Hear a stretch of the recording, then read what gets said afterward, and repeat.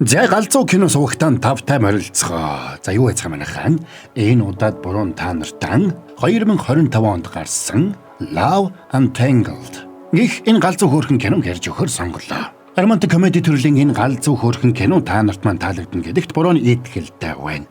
Ер нь бол бас л нөгөө нулимс энтрэ арчих салбитик гэдрээ бас ойрхон байлгаж ивэл зүгээр л санагдсан шүү. За тэгэхээр буруу энэ галзуу киног таны ярьсны онцлогт тохирсон 3 цуврал бүтээгдэхүүнтэй USkin болон өөрөөсөө түлхэгчтэй органик хүн даван тампоныг альбинсаар борлуулж байгаа Солонгосын Happy Monday брэндтэй хамтран хүргэж байна. Та нар маань тэгээд саба дараагүй бол саба адарсан бол лайка дарахтал тэгэл болоо явчих байгаа юм. Ингээд энэ галзуу хөрхөн киноны тайлбараа эхлүүлцгээе.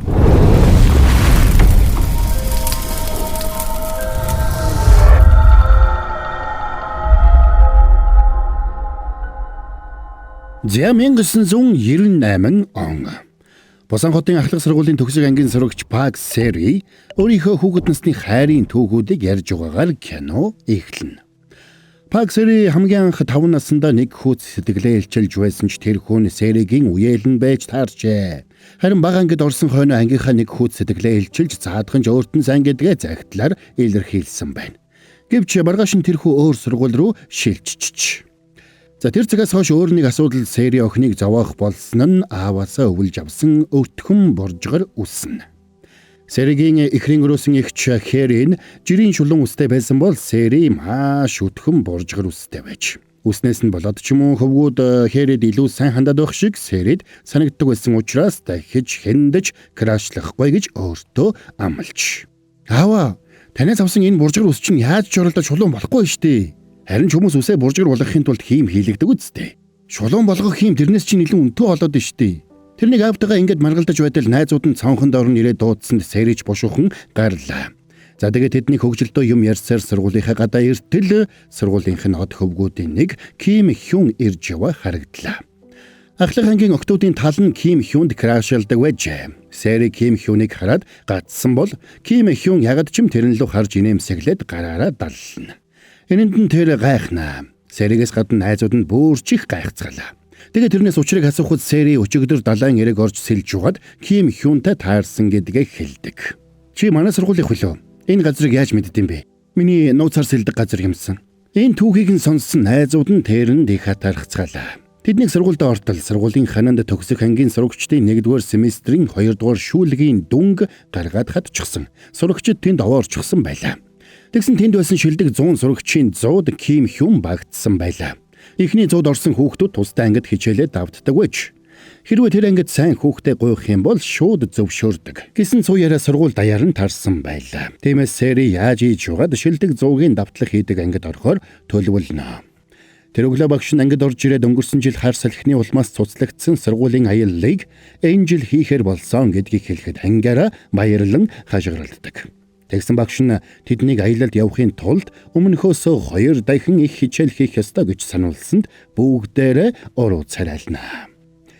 Тэр өдөр гадаа талбай дээр Ким Хюн сакс тоглож байгааг Сери болоод найзууд нь хараа зогсож байлаа. Гэхдээ зөвхөн Серич биш маш олон охид найзуудтайгаа ирчихсэн тэрнийг хараа зогсцгоно.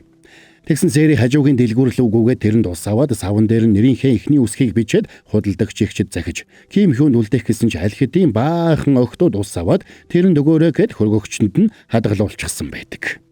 Тэгэд мань Сериг тэндээс урамгүйхэн гарч иртэл үүдэн дээр нь инжүүн зогсож байлаа. Тэр ч бас Серитэй адилхан үсний асуудалтай нэг. Тэр өдөр Сериг байнга сэлдэг газраа ирээд сэлж байтал тэнд нь өөр нэг залуу хүрээд ирлээ. Тэр Серигийн цамцсан дээрх нэрийг нь уншаад зогсож байтал цамцсан салхинд хийсэд ус руу унсанд сандарсан залуу хойноос нь өсөрч ороод тэр чихтэй живлээ.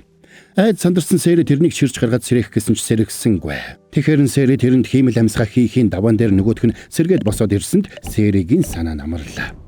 Маргааш нь тэрнийг ангидаа эртэл Сөүлээс шилжиж ирсэн гэд хөлөө гипсцсэн нэг сурагч орж ирсэн нь өчигдөр нь Серитэй таарсан залуу байлаа. Тэрнийг Хан Юнсок гин. Юнсогийг тэдний ангийнхнаас 1 насаар ах гэдгийг Серигийн найз Сунри багш нарын ярианаас нууцаар сонсож мэджээ. Тэгээд багшигаа гарсны дараа Сери шууд тэрэн лөө явж очлоо. Дахиад уулзна гэж бодсонгүй шүү. Ирэхмэ би ч бас өчигдөр хөлөө гэмтэж гисэн юм уу? Би татаж гаргаагүй бол бүр баларх байд шүү. Тэгсэн дуу цөөнтэй Юнсог тэрнтэй юм ярихгүй байсанд Сэрич буцаад найзууд дээрээ ирлээ. Маргааш нь тэднийг сургуультай ирэхэд Юнсог сувг таягтай цүнхээ үрээд шүхэр барьчихсан арай ядан алхаж яваа харагдана. Сэри тэрнийг өрөвдөж шүхрийг нь барьж өгч тусалдаг. Өдрийн хоолны цаг болоход Юнсог бас л сувг таягтай арай ядан орж ирсэнд Сэри болон найзууд нь шууд тэрнийг ширээндээ суулгаж тэрнтэй ярилцахаар яриа өдцгөнө. Тэгээд шууд л манай найз чиний амийг аварсан юм чинь чи бидэнд зайрмаг авч өг гэж шаардаад Юнсогоор зайрмаг авахулж идэцгэнэ. Тэгээд тэд хамтдаа зайрмаг идэж байх үеэр найзууд нь Сэригээс нэр бичсэн Ингрийн тэмдэг нь хаана байгааг асуусанд Сэри өөрөө ч мэдэхгүй байлаа. Нэрийн хуудсыг нууцаар аваад хадгалчвал тэр хүндээ өөрөө ч мэдлгүй сайн болчихдаг гэсэн. Тэгэхээр хин нэгэн нууц шүтэн бишрэгч чинь хулгайлснаас зайлахгүй. Чиний нэг фэн хулгайлчихсан байна. Яг тэгсэн байна. Тэгсэн Юнсог халааснасаа гаргаж ирсэн нэрийн хуудсыг нь бушуухан буцаагаад халаасандаа хийчлээ. Нэрээ хин нэгэн авчихсан байвал ямар өрөвдөлтэй вэ? Би айл хэдийн сэтгэлээ Ким Хюнд өгчихсөн штий. Тэгсэн яг энэ үеэр нэг хүн тэрний толгойг бөмбөгөөр цогцглоо. Уралсан Сэриг эргээд хартал тэр хүн нь Ким Хюн байсанд Сэри үг хэлж чадалгүй гацчихлаа. Тэгсэн найзууд нь ирээд тэр чамайг өдөхгөө зариуд бөмбөгөөр цогцглоо гэсэнд Сэри баярлнаа. За тэгээд охтуудыг баярлан хашгиралдаж байтал Юнсог санамсаргүйгээр санаатаа онсон гэж харагдаагүй дээ гэж бовтонсонд Сэригийн найзууд тэрнийг байрж идэх шахацгаана. Тэр өдөр Сэриг хичээлээ хийгээд сууж байтал ойролцох хоёр охин Ким Хюнийг юурид талтай юм шиг байна лээ. Урт шулуун үстэй охин таалагддаг гэсэн. Гэж ярилцахыг сонсоод сэтгэл нь гонсойлоо.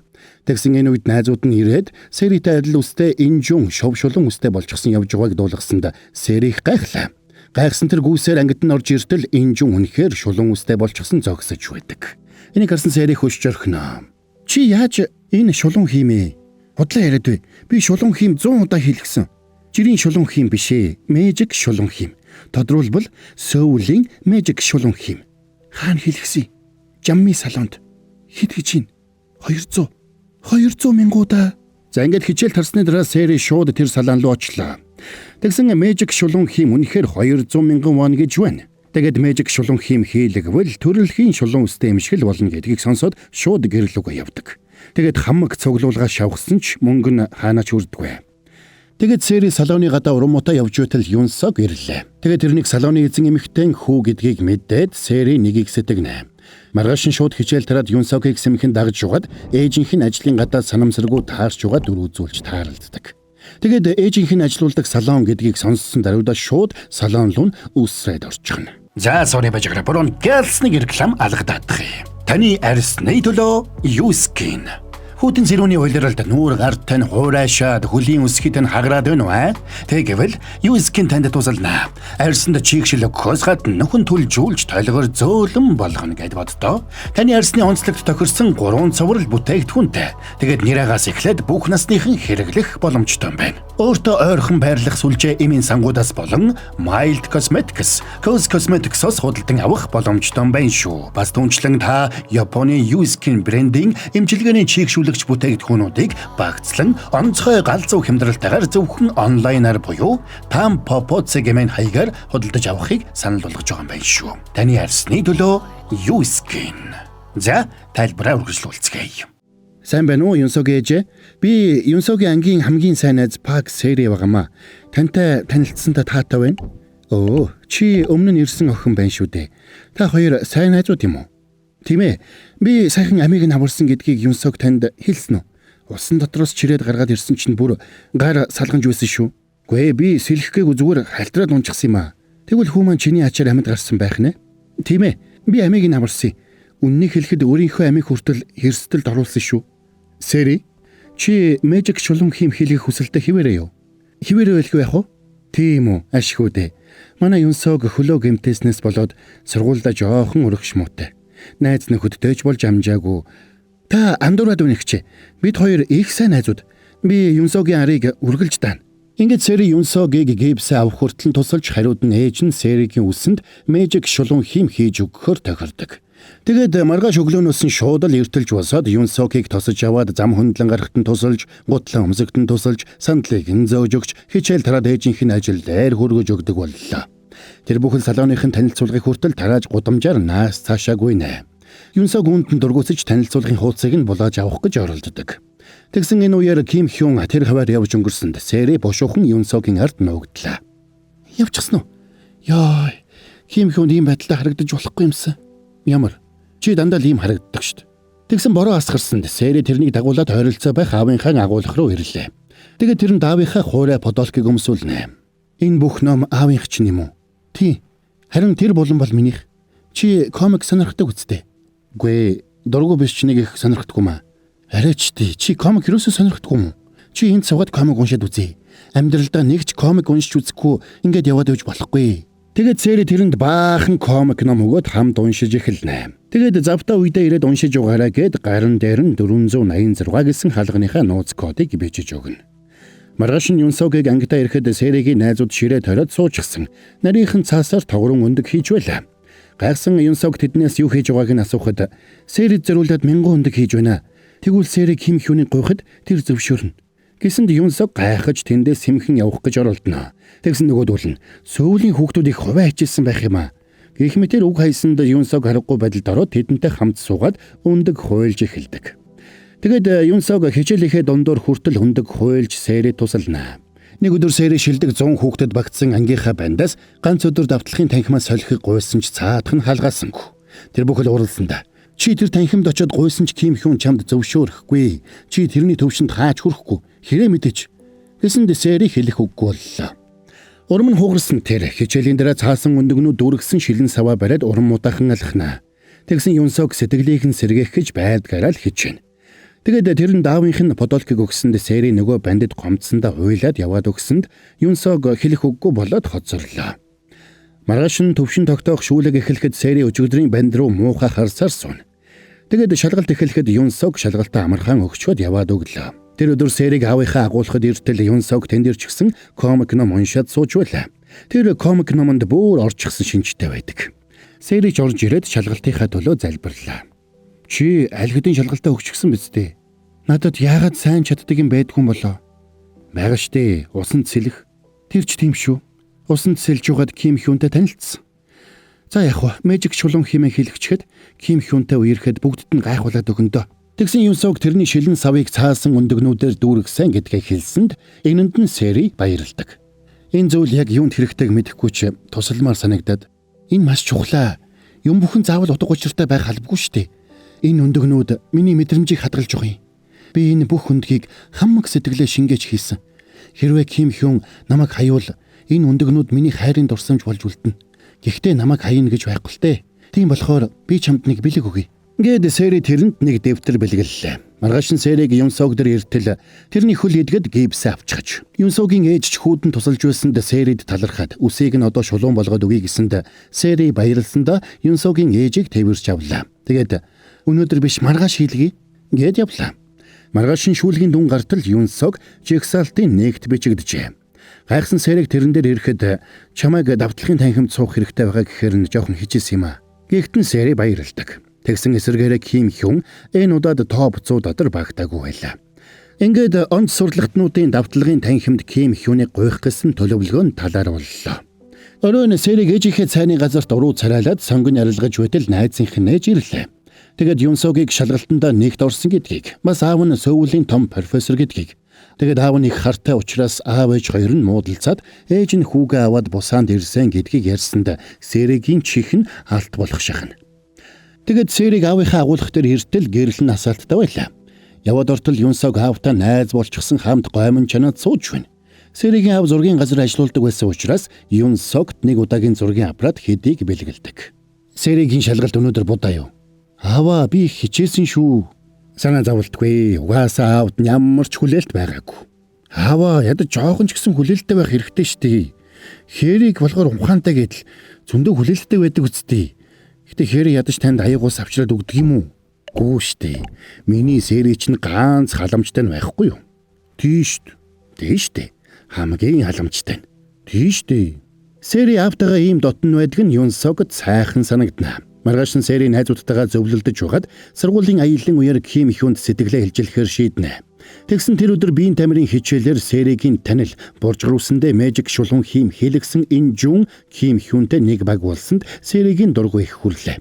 Тэгээд шаранда Юнсогтой нэг баг болоод тэдний эсрэг өрсөлдөхөр болно. Тоглоомын дүрм нь эрэгтэй тамирчин нь эмэгтэй тамирчнаа хамгаалж хэрэг эмэгтэй нь бөмбөгөнд оногдох юм бол хамтдаа хасагдах байлаа.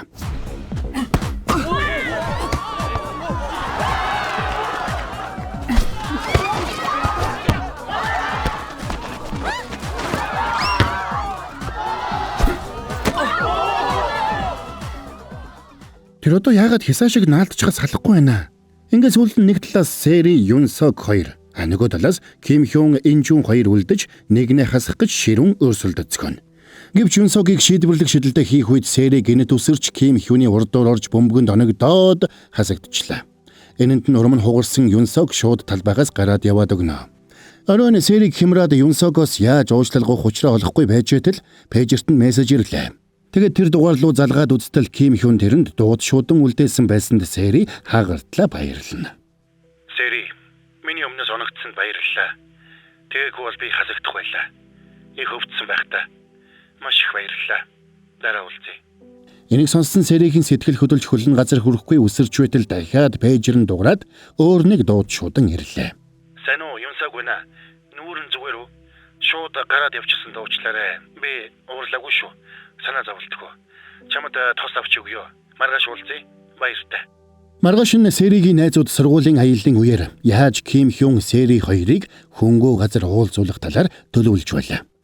Гэвч Юнсог энэ төлөвлөгөөнд оролцсонгүй. Тэдний зургийг нэг дарчхад гэрт нэг ажил гараад гээд төрүүлээд яваад өгнө.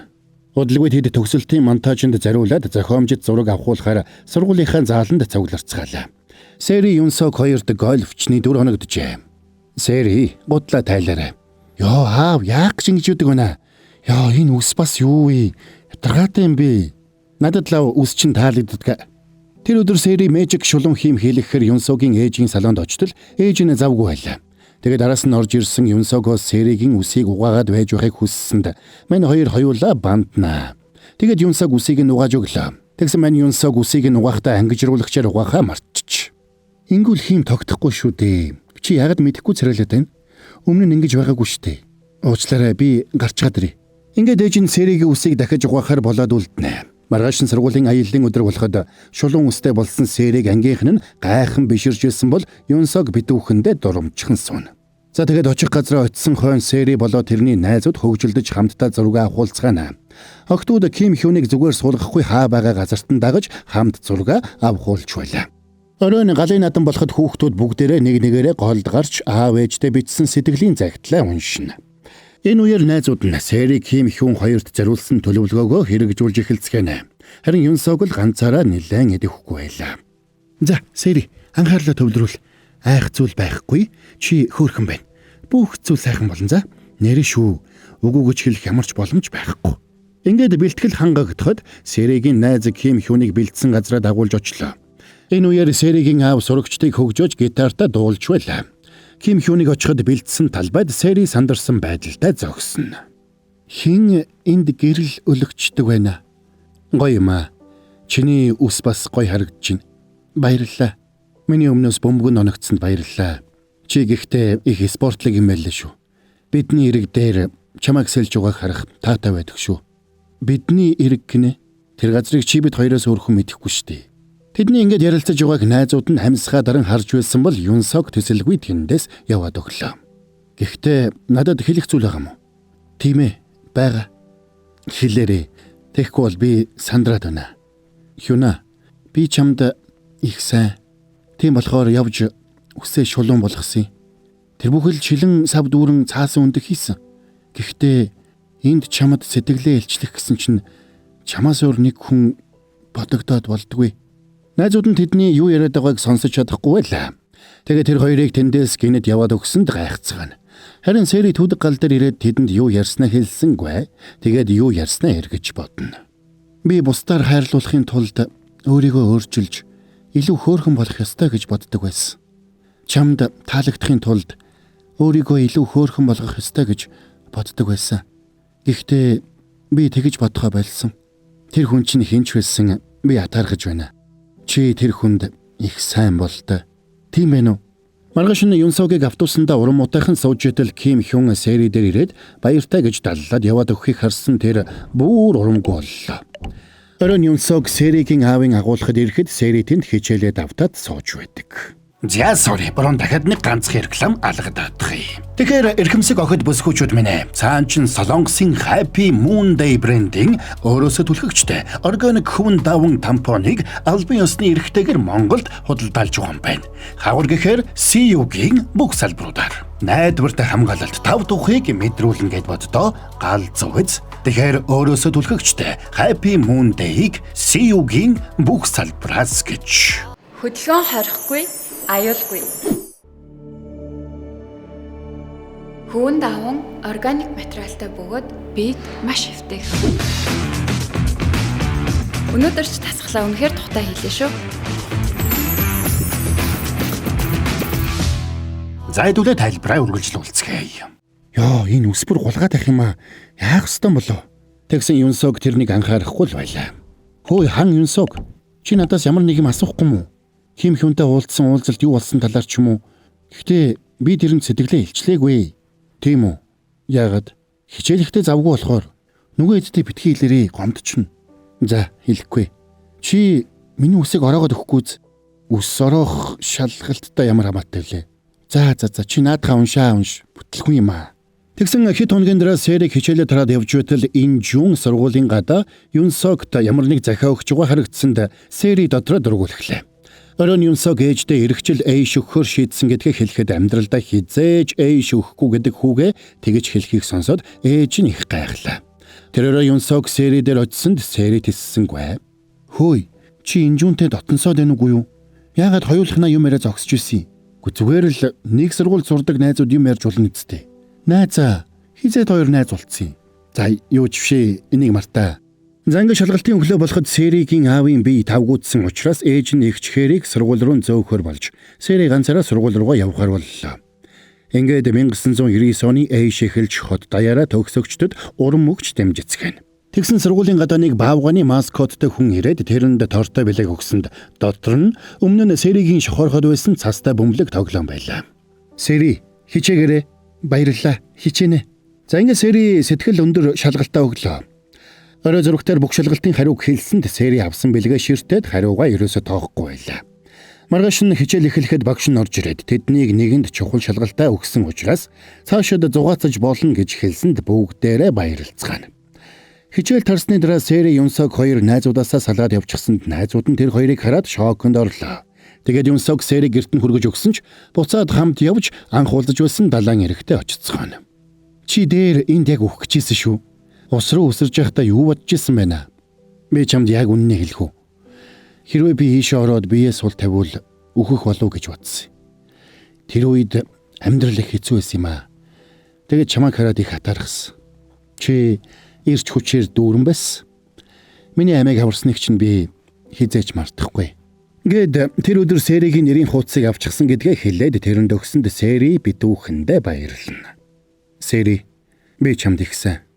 Оройн мань хоёр хөтлөлцөөд Сэригийн гэрийн гадаа ирээд нэм гарагт уулзахаар тохироод салах гэсэн ч Юнсог гарыг нь тавьсангүй.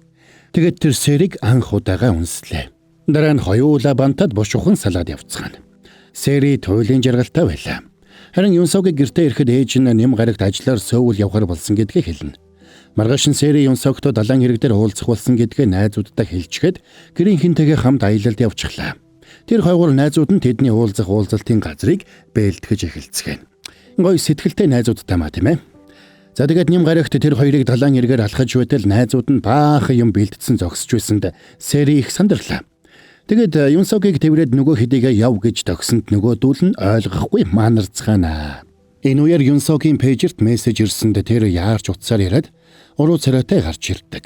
Тэгээд ээжэд асуудал гарчихж би Сөүл явлаа гээд яваад өгнө. Тэгээд оройн найзууд нь бэлдсэн юм хурааж байхдаа Сэри дараагийн удаа битгий сандраарэ гэж санууллаа. Юнсогийг Сөүлд ирэхэд ээж нь эмнэлэгт хүргээгдэжээ. Тэгээд ээж дээрээ ирэхэд аав нь ирчихсэн зогсож байдаг. Ээж чинь шатнаас унсан гэж аав нь хэлсэн ч Юнсог итгэсэнгүй. Тэгээд аав нь тэрнийг яаралтай Сөүлд ирж амьдрахыг тушаагаад явлаа. Маргааш нь Сэри Юнсогийг ээжийнхээ салоныг нээгээгүй болохыг мэдээд шууд Сөүл рүү явдаг. Юнсогийн аавыг их сургуулийн эмнэлэгт ажилладаг гэдгийг өмнө нь сонсч байснаас санаад шууд тэр эмнэлэг рүү очлоо. Тэгээд нэрээр нь сургуулж явсаар ээжийнх нь хэвтэж байгаа өрөөгөө олж очно. Тэгсэн тэр эмнэлгийн коридорт Юнсог уруу царайтай зогсож байлаа. Тэгээд Сэри тэрнийг ээжтэйгээ ярилцаж байгааг санамсаргүй сонсч байна. Нах зэгчтэй ярьсан. Яралтай Америкт иргэсэн. Хэрвээ бид хоёр буцаад аавын дэрвэл амьд гарч ирэхгүй гэсэн. Тэгэхээр хоёулаа Америк явна гэсэн үг үү? Би Яг яахаа мэдэхгүй. Би явмааргүй. Бусан руугаа буцмаар байна. Ингэж хэлээд ойлгохт нь Сэри тэрнийг их хөрөвдлөө. Тэгээд Юнсог өөрөөс нь болоод бусаанд үлдэх гээд байгааг ойлгосон Сэри гудамжны утаснаас тэрэн лүү дууд шуудан үлдээхэр шийддэг. Тэр өгөн залгаж маш их санаа зовж байгаагаа хэлхийг хүссэн ч ингэж хэлсэнгүй. Би байна. Сэри. Чамтай холбоо барих гэж чаддгүй. Чамд хэлэх юм байна. Чамайг байхгүй хойгуурч нэг юм бодоод чи надад найзын ёсоор таалагддаг. Тийм болохоор хоёулаа бусдад буруу ойлголт төрүүлээд яах вэ? Харилцаагаа энэ хүргээ дуусгая. Надтай холбогдох гэж битгий оролдоорой. Энэ дууд шуудангийн сонсоод Юнсог шоконд орлоо. Удалгүй сургуулийн төгсөлтийн баяр болж сурагчид бүгд гэрчлэгээг монтажны альбомныхаа хамтаар гардаж авцгаана. Тэнд Сэригийн Юнсогтой авахулсан зураг байсанд тэр гонигтай боллоо. Тэгээд аавынхаа агуулгад ирээд хэсэг суудаг. Тэгсэн тэнд өмнө нь Сэригийн Юнсогт бэлгэлсэн дэвтэр байлаа. Дэвтрийг үзтэл харын хуудсуудад нь Сэригийн зургнуудыг нааж хийсэн нууц альбом байсанд тэр ихэндээ гайхдаг. Тэгээд тэнд Сэри чиний бүх хувилбар надад таалагддаг. Би чамайг үргэлж дэмжих болно. Гэх мэт үг суугааг хараад тэрний сэтгэл хөдлөлөө. Сэри, би чамд сэтгэлээ илчлэх гээд энэ зургуудыг авсан юм а. Аав чинь бас надад тусалсан. Чамайг цаасан өндөгний тухай ярихад чинь бидний хайрч бас дурсгалтай үлдэх ёстой гэж бодсон юм. Сэри, чи бол намайг үхлээс бас өөрөөс минь амарсан гайхалтай охин шүү. Би чамд үрд талархах болно. Чиний нэрийг би зүрхэндээ үрд хадгалсан. Тэр нэг салхитай өдөр далайн ирэг дээр чамтай таарсандаа би үрд баярлах болно. Би чамд хайртай. Пак Сэри. Үүнийг уншсан Сэри өөрийн эрэхгүй хасгартал ойлно. Тэр цагаас хойш жил өнгөрч Сэри одоо оюутан болжээ. Тэгээд тэр найзуудтайгаа уулзлаа. Найзууд нь тэрнийг нэг залуутай танилцуулах гэж шахаж байсан ч Сэрид тийм сонирхол байсангүй. За ингээд дараггүй ирэхэнд маргааш нь тэр хүнтэй уулзахаар боллоо. Тэгээд болцсон цагт нь захиалсан ширээнд уран муутайхан сууж байлаа. Тэгснэ очиж чадахгүй нь уучлаарай гэж мессеж явуулаад тэндээс явлаа. Тэгсэн нөгөө хүн нь тэрэн лөө чи их хөөрхөн харагдаж байна гэсэн мессеж бичсэнд Сэригийн ууранд хүрээд залгалаа. Хөөе чи одоо намайг дагаад байгаа мó хайшин? Сэри, би энд байна. Эргээд хартал Юнсог зогсож байхын тэрнийг харсан Сэри өөрийн эрэхгүй ойллаа. Сони юу вэ? Юнсог намайг уучлаарай. Тэр үед би худлаа ярьсан юм а. Үнэн дээр би чамайг их сансан. Мэднэ. Чи хэлсэн штэ. Тэгсэн Сэри дууд шуудан явуулахдаа дуудлага тасалсан гэж бодоод би чамайг маш их санаж байна гэж хэлхийг Юнсог сонссон байж. Би чиний тэр дуу хоолойг сонсож байх гээд пэйжрээ бүр хаачихсан. Нэрээ энэ чамайг бодох бүрдэ хийдэг байсан. Сэри хоёулаа дахиад нэг оролдоод үзэх үү? Ингээд Сэри байдгаараа уйлсанд Юнсог тэрнийг тэрвэрч тайвшруулнаа. Харин тэр хоёрыг эргэж уулзахад нь тусалсандаа найзууд нь маш их баяртай байлаа. Ингээд кино маань конец фильма. За энд хүрээд энэ галзуу хөрхөн киноны тайлбар маань дуусч байна. Згайгүй манайхаа. Үнэхээр л одоо романтик комеди кино хийж чадлаа гэж мөн бурууд нь бодогдлоо. Янз янзын л мэдрэмж өгсөн галзуу хөрхөн кино байлаа. Тийм ээ. Тэгэл зарим хэсгээр нь үнэхээр татааж ийн. Зарим хэсгээр нас хөрхөн юм бодуулж байна. Зарим хэсгээр нас гихч шүү. За. За тэгээд моброгийнхэн тайлбар ойлгомжтой байж таалагдсан гэж найдаа. Тэгээд энэ галзуу гоё киног та нарт ярьж өгөх боломжийг олгосон спонсорудаа баярлалаа гэж моброн хэлмээр байна. Та нар маань бас хүсэх юм бол спонсорудаа баярлалаа гэсэн комментиг бас бичээрэй. Тэгэхээр энэ удаагийн дугаарыг маань хамтрагчаар таны арьсны онцлогт тохирсон 3 цоврол бүтээгдэхүүнтэй USK-ийн хамтран ажиллаа. Description хэсгээс дэлгэрэнгүй мэдээлэл аваарай манайхан. За бас өөрөөсөө түлхэгчтэй органик хөвөн даван тампоныг албан ёсны эрхтэйгээр CU-гийн бүх салбараар худалдаалж байгаа Солонгосын Happy Monday брэндтэй хамтран хүргэлээ. За тэгээд та нар маань Сабадараагүй бол Саба дарцсан бол лайк дарахтал тэгэл болоо явчих юм шүү. Нэрээ бас галзуу Сэри суугтан Сабадарч нэгдэрээ. Хэдүүлээ тэгээд дараагийн бас нэгэн галзуу киноны тайлбараар удахгүй уулзцгаая.